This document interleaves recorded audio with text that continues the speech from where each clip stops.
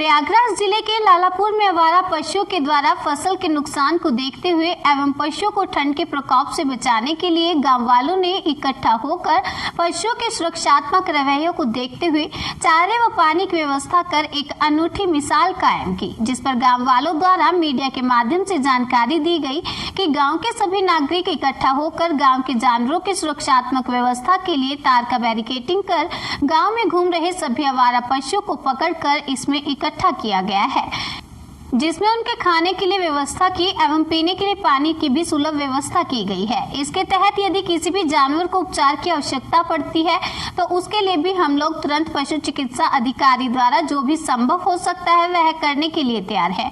पशुओं द्वारा फसल का नुकसान ना हो, इसके लिए अभी हाल ही के लिए यह व्यवस्था हम सभी ग्रामीणों की मदद से की गई है।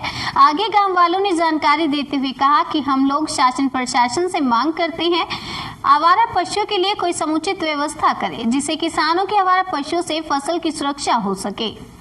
मैं आपका शिव भोले द्विवेदी। अच्छा, मैं शिव भोले द्विवेदी ग्राम भटपुरा लालापुर का मूल निवासी हूँ।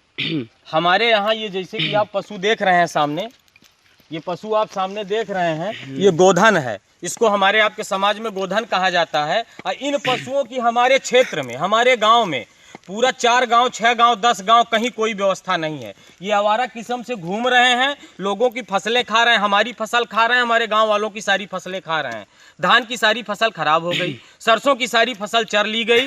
प्रशासन की तरफ से कोई सहायता नहीं है। हमारे यहाँ जिला पंचायत, न्याय पंचायत का जो भी बाड़ा बना हुआ है ग्राम चक सुचेर से सटा हुआ पहाड़ में, उस पर लगभग उनसे बात की गई।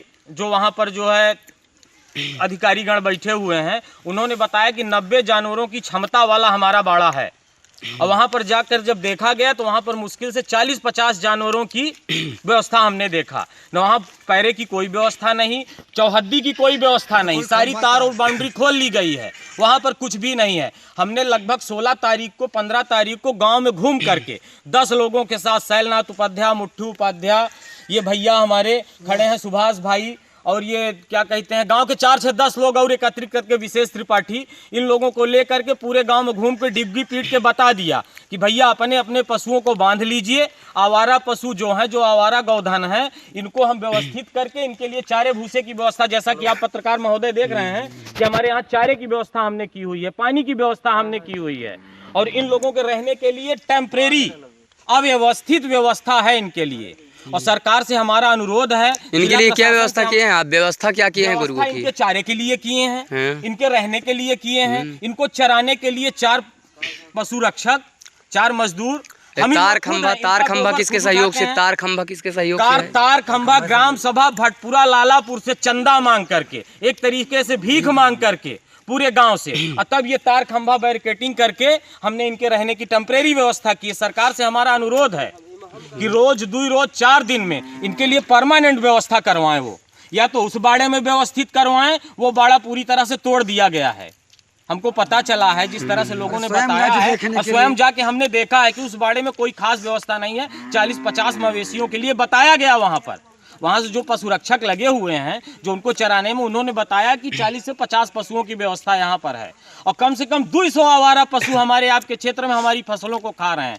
हमको इन पशुओं से समस्या नहीं है, हमको अपनी फसल खाने की समस्या है। उसको क्या चाहते हैं आप चाहते क्या ये चाहते हैं कि इनकी व्यवस्था प्रशासन या तो कर दे, पूरी अस्थायी व्यवस्था, या तो हमको इनकी व्यवस्था का कार्यभार सौंप दिया जाए हमारी कमेटी को।